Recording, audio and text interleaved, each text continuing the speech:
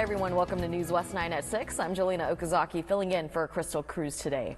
A southeast Odessa burglary over the weekend has led to an arrest, and police say that the suspect had drugs on him. Police say 36-year-old Joel Lopez Ortega Jr. broke into Barron Plant and took the keys to a company vehicle. The white Ford Escape eluded police before then crashing on West 57th. Ortega was found with meth and fentanyl pills. He admitted to the crimes. Now he's facing multiple felonies at the Ector County Law Enforcement Center. Midland County now stepping up to protect homeowners from property fraud with new guidelines and tools starting today. Property fraud, where criminals forge deeds or even title transfers, is on the rise. So new Texas guidelines will give victims a clear path to reclaim their property, restore their credit, and get that peace of mind. Midland County Clerk Allison Haley says homeowners can now follow a legal process to undo fraudulent transactions. The county also offers fraud monitoring tools, including property fraud alerts that notify owners if their name or property is accessed in public records. Well, the holiday season is here, but so are the package thieves, so keep your deliveries safe. You can track them online and make sure that you are home when they arrive. You can even ask a trusted friend or neighbor to accept them. You can also create a hidden drop-off spot, have packages sent to a work or maybe a local store, or use motion-activated porch, a light, or a security system. Just remember, be sure you're watching out for suspicious activity and report it immediately to police. Just make sure you're using the non-emergency line.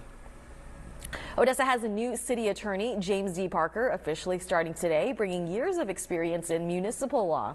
Parker has about 17 years of experience in the public sector, including running his own law firm in Round Rock and serving as assistant city attorney for multiple Texas cities. He holds a bachelor's from Texas A&M and a law degree from South Texas College of Law in Houston. In addition to his legal career, Parker is a U.S. veteran, having served in both the Army Reserves and the Texas Army National Guard. The city of Odessa says it looks forward to his expertise and commitment to the community. And the city also has a new deputy city manager, Tina Joust, bringing decades of experience to this role. She has over 27 years in municipal government, including 15 years in leadership roles. She spent most of her career in Midland, working across departments from economic development to parks and rec, and played key roles in projects like the Bush Convention Center and also Centennial Park. She holds a master's in public administration and a bachelor's in political science. She's also active in volunteer work through local organization. Now, her family has called the Permian Basin home for more than 45 years. Lee County Electric now conducting power work near Norley Hospital and Albertsons, affecting portions of North Love Street, Main and 2nd. This area will be shut down until the work is finished, so just expect delays and consider using a different route. But we'll keep you posted on when this project is finished. A reminder to be careful on what you're discarding. Fort Davis firefighters responded to 2 small fires in Jeff Davis County. One was caused by an electrical transformer, but it was quickly put out. And the other happened at a picnic area on Highway 17 North, where smoldering cigarette butts were left in a tree that started a small fire. Those fires were then tackled, all because a caller called 911. The firefighters just want to remind you that high fuel loads, any smoke, should be reported immediately. And the Greenwood Volunteer Fire Department, along with Midland Fire and the Midland County Northeast Volunteer Fire Department, they just put out a large structure in Midland this afternoon. They say everyone is now safe, but it is unclear if there were any injuries. Over the weekend, a fire breaking out at the Delek refinery over in Big Spring. According to the Big Spring Fire Chief Jay Holt, this fire was in an asphalt heater. Big Spring Fire and the Howard County Volunteer Fire Department responded, but refinery employees were able to quickly put out the fire and no one was hurt.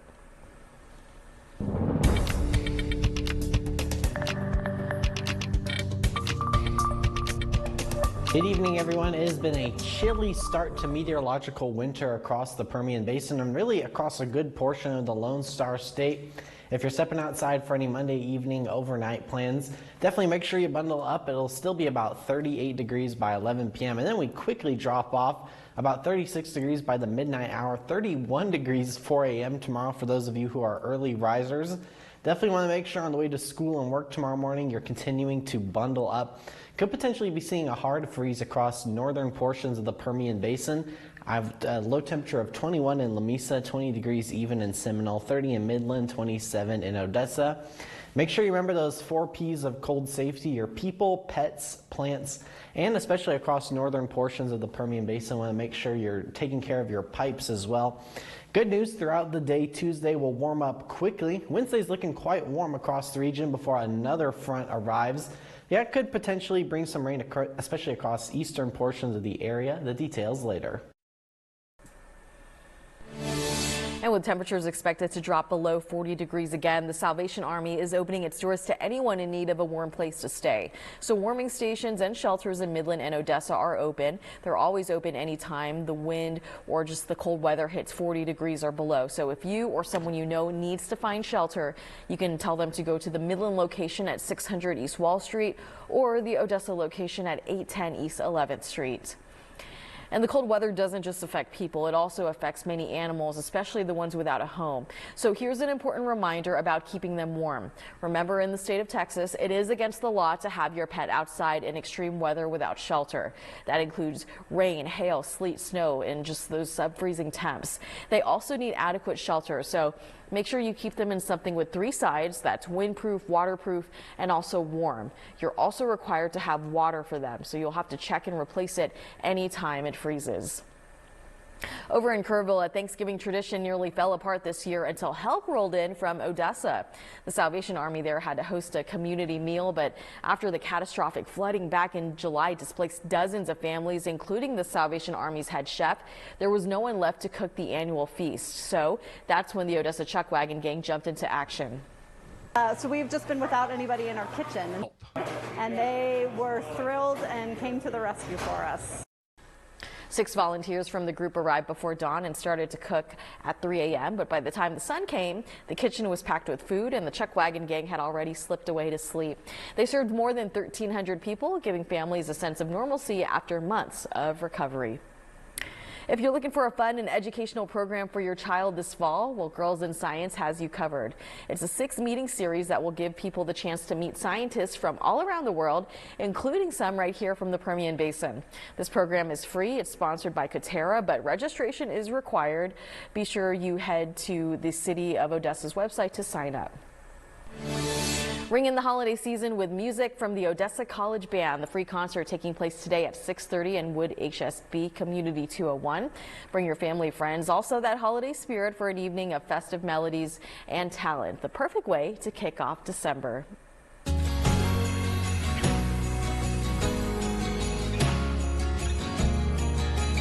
All right, well, if you are doing some holiday shopping for this Cyber Monday, maybe you'd like to give back, you can donate to the NewsWest 9 Salvation Army Toy Drive. We will be collecting toys that will be given to local children so that they have a present under the tree this Christmas. Be sure you're dropping off a new and unwrapped toy.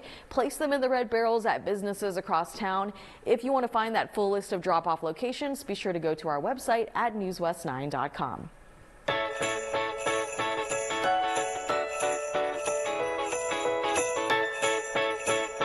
Odessa is kicking off the holiday season with the annual Pilot Club Tree, and you can be a part of it. This event is taking place today at Optimist Park on North Grandview. You can enjoy holiday music, treats, and a tree lighting ceremony to support the Permian Basin Rehab Center. A patient from the Rehab Center is chosen every year to light the tree.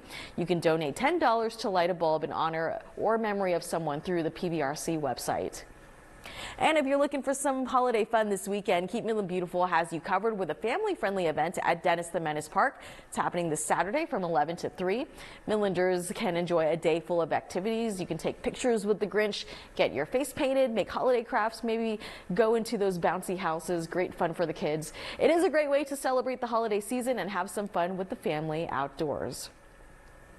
The Midland County Sheriff's Office is inviting families to Christmas at the Horseshoe on Saturday, December 20th. Doors open at 4:30 with the program starting at 6:30. You can meet Santa, enjoy hot cocoa, and see a live nativity. But best of all, it's all free. Children also get a free gift. Mark your calendars for that fun family evening. Then Thursday, the City of Odessa kicking off the holiday season with the Starbright Village tree lighting ceremony that's presented by First Basin Credit Union. Everything starts at 7, followed by a new drone show. You can also enjoy ice skating from 5 to 8 at McKinney Park. It is a full evening of holiday fun for the whole family. And staying in Odessa, the city and Odessa Parks and Rec will invite everyone to the 30th annual Parade of Lights happening this Saturday at 7 p.m. This all starts at Odessa College, then heads down 3rd Street. If you'd like to enter a vehicle, be sure to check the City of Odessa's website for those details. And turning to Hobbs now, Cookies with Cops will be happening this Saturday and you're invited. The event takes place right after the Christmas parade at around 11. Families can decorate homemade cookies, enjoy a cup of cocoa, and listen to a Christmas story. For more information, just visit the City of Hobbs or Hobbs Police Department's Facebook page and website. And get your cookies ready for Santa's arrival because NORAD is ready to track Santa this Christmas Eve and celebrating 70 years of this tradition. Usually monitoring North American airspace, NORAD will follow Santa as he delivers gifts from all over the world. The official website and app is live starting today, which will let families see Santa's North Pole Village, also the countdown to Christmas, playing games, watch movies, listen to music, and a whole lot more. You can follow the fun on social media. And while NORAD gets ready to track Santa through all that snow, let's take a look at what our skies are going to be doing here at home. We know it's been feeling really chilly across the basin, so I don't know, maybe Santa brought the cold early, but we're going to check in with your weather forecast right after the break.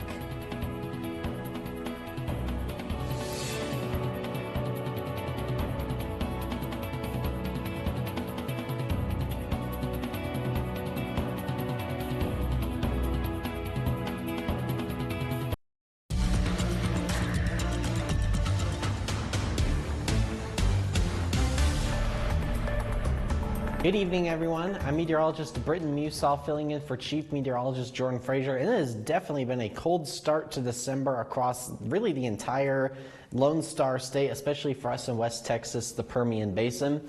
It'll still be quite chilly if you're heading out for any Monday evening into those overnight hours, about 38 degrees by 11.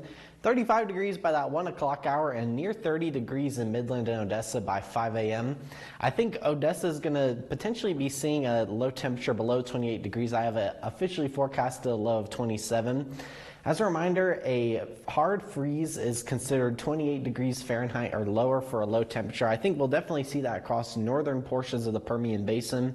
I'm going with a low of 25 degrees tomorrow morning in Snyder, 27 degrees in Big Spring.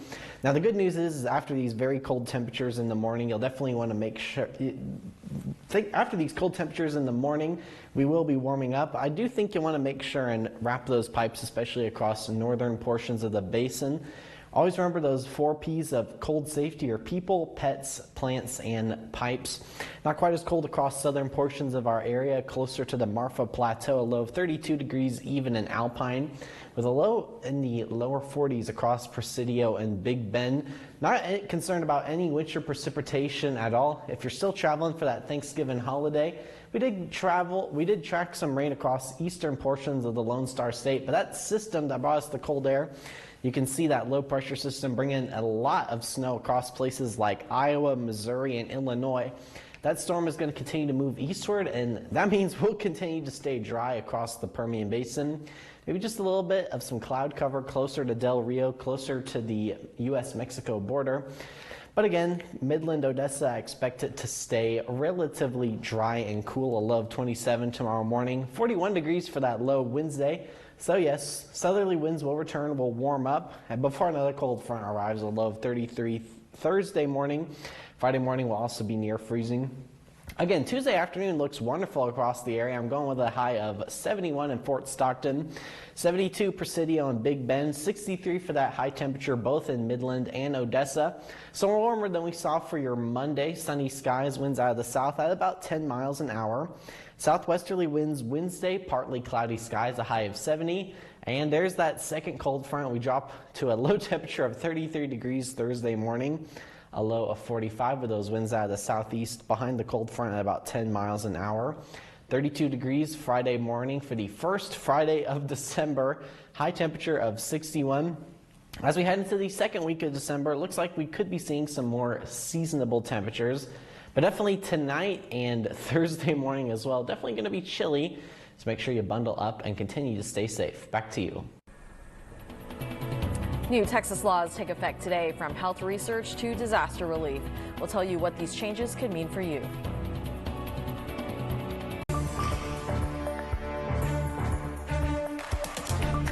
Several new Texas laws are in effect starting today, covering areas like health research and how donations to disaster areas are being collected. Natalie Haddad takes a closer look at how these laws affect you. Yeah, these laws will affect everyday Texans. Many of us know someone who works in public schools, has been targeted by a scam, or has been touched by Alzheimer's. In fact, that's where we begin today. We're going to start with SB 5. Now, this is a law that creates the Dementia Prevention and Research Institute of Texas. It's going to focus on dementia, Alzheimer's, Parkinson's, and other brain-related conditions. The state is putting $3 billion into this to get it started.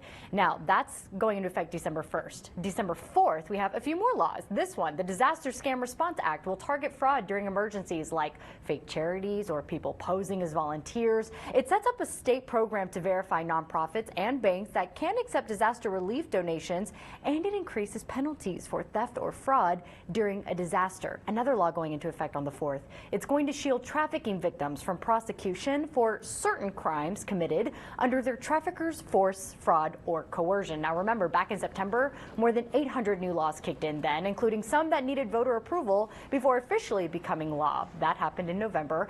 Now December brings a total of 16 more laws, including tax breaks for business owners' inventory and the replacement of the STAR test in public schools.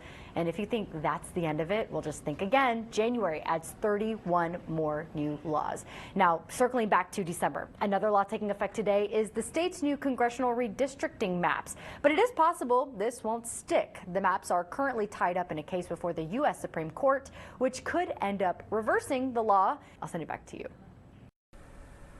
Ken Paxton now launching a new investigation into fast fashion giant Shein. The Texas Attorney General claims that Shein is using unethical labor practices and toxic materials in its products, which is a violation of state law. Paxton issued a statement saying, "I will not allow cheap, dangerous foreign goods to flood America and jeopardize our health." It's not the first time the company has come under fire for its working conditions, but Shein says it's improved conditions in its supply chain and said it has zero tolerance for forced labor just last year. UTPB football is getting ready for its toughest matchup in program history as we look at the Division II quarterfinals next in sports.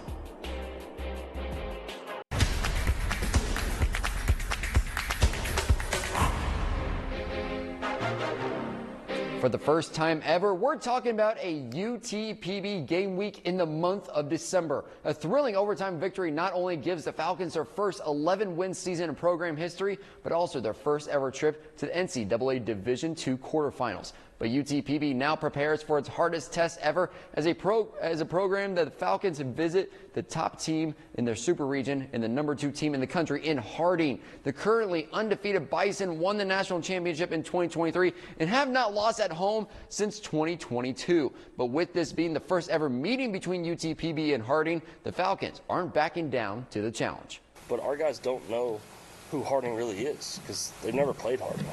They haven't worried about the GAC in years past, so they don't know what the challenge of playing Harding is. So that's actually a good thing, right? You don't let that mental wall get up before you ever play.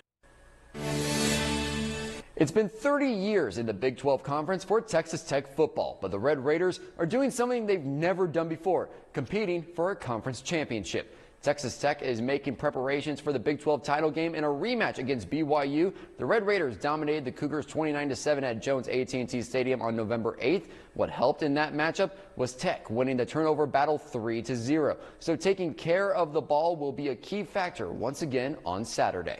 It's going to come down to, you look at both of us, we're a plus 13 in the turnover margin and they're a plus 12 in the turnover margin. So I think we continue to do that, taking the ball away, then we can play at a different level. That's sports. Jolena? All right, Ethan, thanks. New details emerging about the suspect in last week's White House shooting, including his time in the U.S. and the ongoing investigation. And a major winter storm causing big trouble for holiday travelers, from record snow to dangerous pileups. We'll show you where the storm is headed next.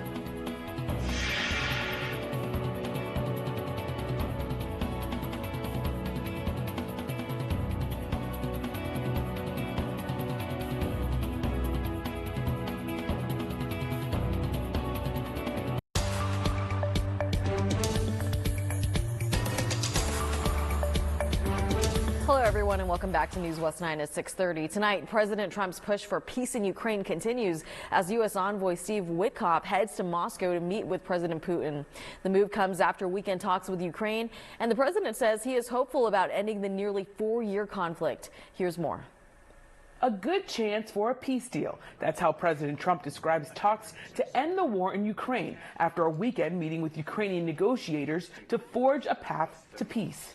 Now attention turns to Moscow, where U.S. Special Envoy Steve Witkoff will meet with Russian President Vladimir Putin. We speak equally with both sides. We've put points on paper. Those points have been very much refined. We do feel quite good, and we're hopeful that this war can finally come to an end. Ahead of Witkoff's meeting with Putin, Ukrainian President Volodymyr Zelensky rallied support with European leaders, including French President Emmanuel Macron. Zelensky saying some key issues still need to be worked out,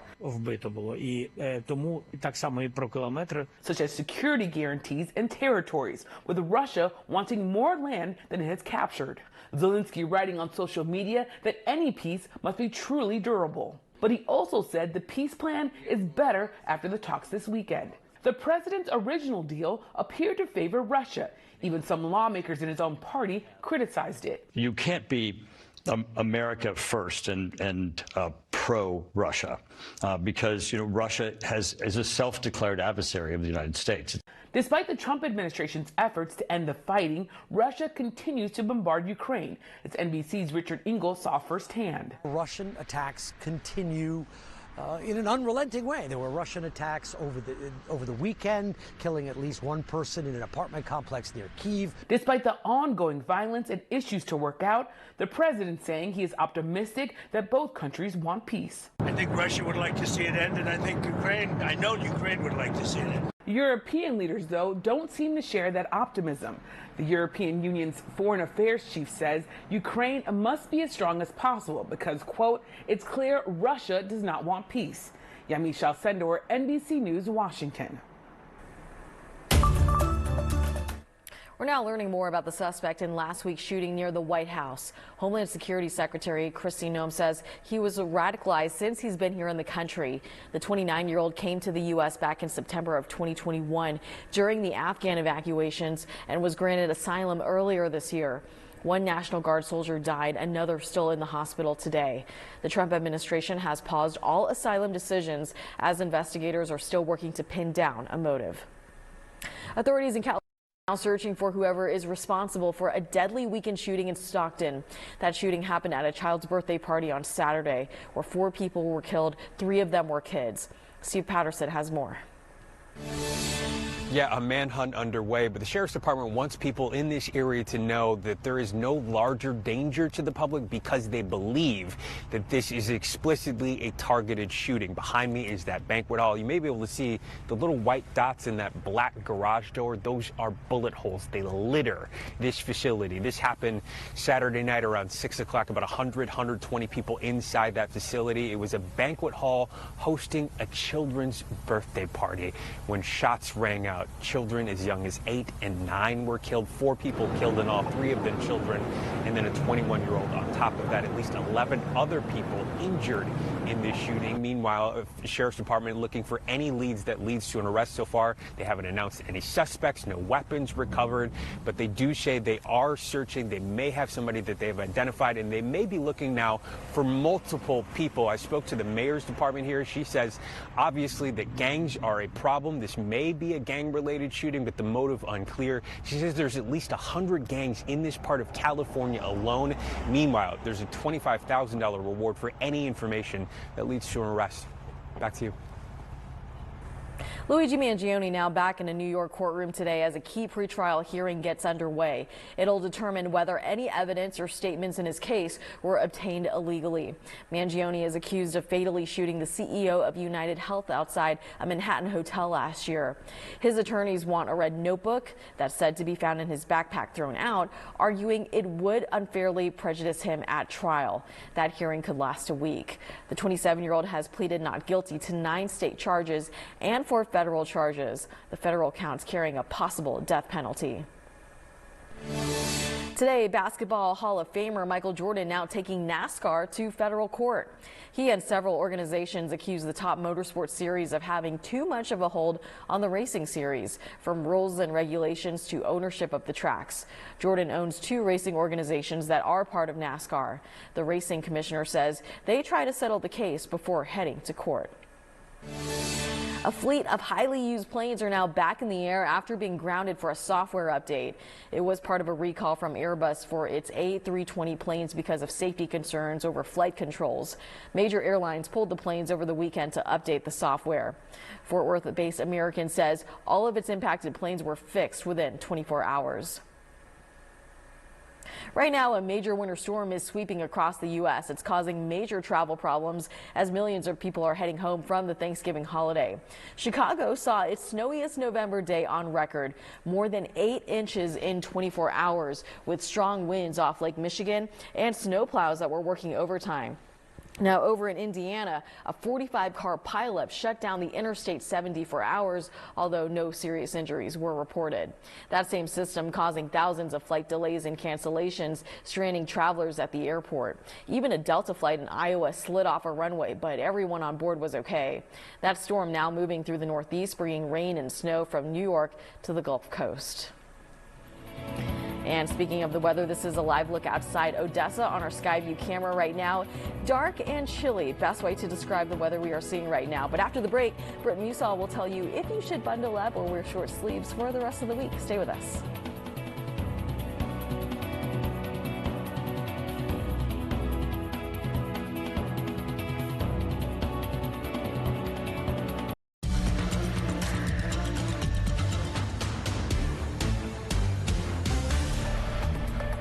Good evening, everyone. I'm meteorologist Britton Musall filling in for Chief Meteorologist Jordan Fraser. And it has definitely been a cold start to December across really the entire Lone Star State, especially for us in West Texas, the Permian Basin.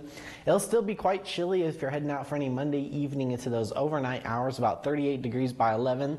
35 degrees by that 1 o'clock hour and near 30 degrees in Midland and Odessa by 5 a.m. I think Odessa is going to potentially be seeing a low temperature below 28 degrees. I have officially forecasted a low of 27. As a reminder, a hard freeze is considered 28 degrees Fahrenheit or lower for a low temperature. I think we'll definitely see that across northern portions of the Permian Basin. I'm going with a low of 25 degrees tomorrow morning in Snyder, 27 degrees in Big Spring. Now, the good news is after these very cold temperatures in the morning, you'll definitely want to make sure, after these cold temperatures in the morning, we will be warming up. I do think you'll want to make sure and wrap those pipes, especially across northern portions of the basin. Always remember those 4 P's of cold safety are people, pets, plants, and pipes.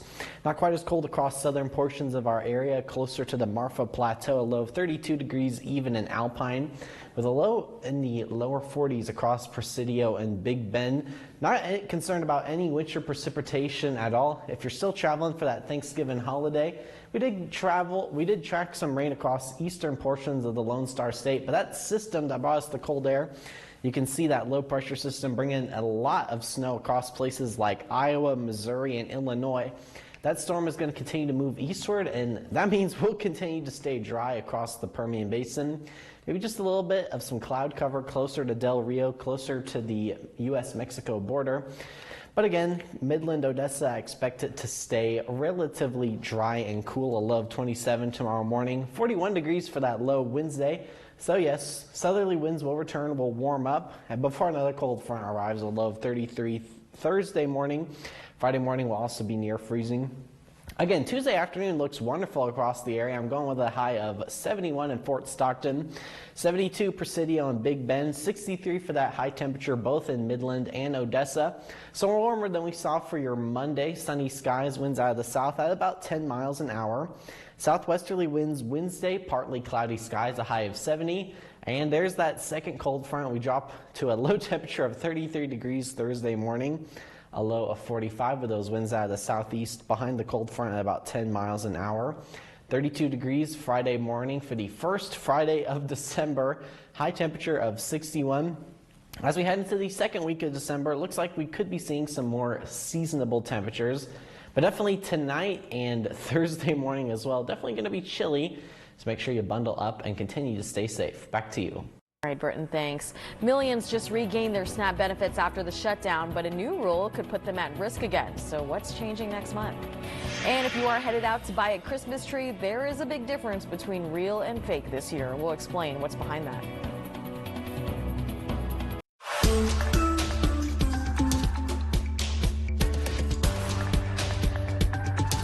Millions of people who just got back their SNAP benefits after the government shutdown could lose them again. States are now implementing work requirements mandated in the One Big Beautiful Bill Act that's signed by President Trump back in July. And now food stamp enrollees must work, volunteer, or participate in job training for at least 80 hours a month, or they'll only be able to receive benefits for 3 months out of the 3 years. The Congressional Budget Office reports that this mandate could end with 2.4 million fewer people getting benefits every month, with some losing food aid as soon as January. Prairie Farms now recalling some fat-free milk because it may contain a cleaning agent. The milk was produced at the company's Iowa plant and sold at Woodman stores in Illinois and Wisconsin. These recalled gallons have a December 8th expiration date. Prairie Farms says more than 300 gallons were sold before the issue was caught. But if you have received one of these, be sure to throw it out or return it for a full refund. A drug that helps people lose weight now has a slimmer price tag. Today, Eli Lilly announcing Zepbound will cost less for those who buy the medication straight from the drug maker. The cuts range from $50 to $100. Company officials say the move will help fight cost and coverage barriers. If you haven't already picked out a tree yet, you might be wondering if you should get a real tree or a fake Christmas tree. The American Christmas Tree Association says tariffs are driving up the price of the artificial ones. More than 80% of those are made in China. But the Real Christmas Tree Board reports 84% of tree growers in the U.S. are not raising their prices. Good news for drivers. The average gas price in the U.S. is at its lowest level in nearly 4.5 years, according to new data from GasBuddy. GasBuddy reports the national average price of gas has fallen below $3 a gallon for the first time since May 2021. They also found average prices have fallen in all 50 states over the last 7 days, which is pretty rare. Do you ever wonder why your cat meows more for some people? Well, a new study may have the answer. And these penguins at the London Zoo have a very special way to count down to the holidays, and it involves a tasty surprise. That's next.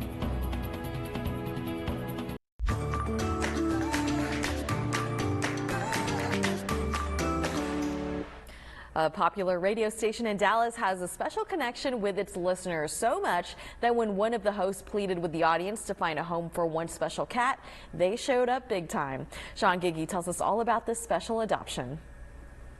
New Country 96.3 with Hawkeye and Michelle here. At one of Dallas's most popular radio stations, a lot of important figures have sat across the table from morning show hosts Hawkeye and Michelle. But perhaps no guest has been as highly anticipated as the one who visited the studio last week. I'm nervous, and I don't even know why I'm nervous. Never in the show's history have Hawkeye and Michelle ever welcomed a cat. To understand why, you first need to understand where. Hawaii has a major cat problem.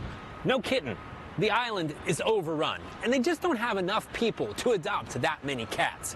Hawkeye learned about all this on a recent trip there. And when he found out about one cat in particular, he knew it didn't belong in Hawaii.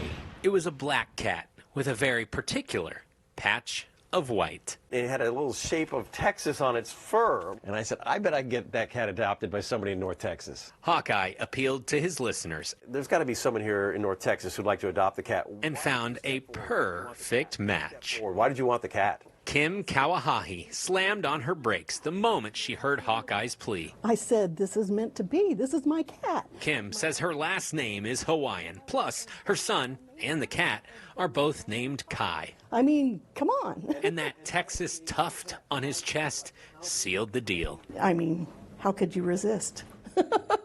She met the cat, who she plans to rename Kona, for the first time in studio. Kim is retiring in a few weeks and says now was the time to open her heart and her home. As fate would have it, she found the perfect addition. And perhaps Hawaii has found a solution to its cat problem. Do they just need to advertise on the radio and you'll be there to pick them up? Well, I think one's going to be my limit. In Hawaii, thousands of cats are on their own, but at least one knows that home is where his heart is. This is a lot different than the island. In Dallas, I'm Sean Giggy. That cat is so cute. Well, hey, there are 2 new studies that are rewriting the timeline of how cats became our pets. Archaeologists once thought that cats moved in with humans about 9,500 years ago in the Middle East, but a new genetic study of ancient and modern cats points to North Africa as the true starting point and says domestic cats reached Europe about 2,000 years ago during the Roman Empire.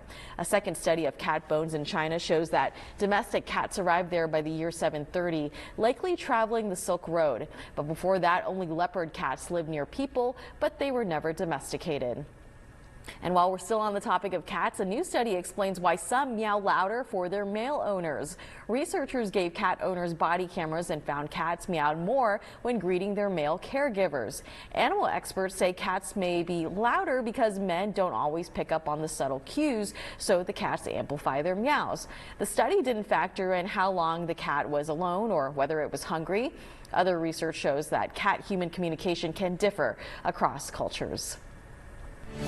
Well, check out these little penguins at the London Zoo. They are just enjoying their advent calendars. The birds are the first animals at the zoo to enjoy the special calendars with holiday food inside. And in case you were wondering, it's not chocolate, but theirs were filled with fish.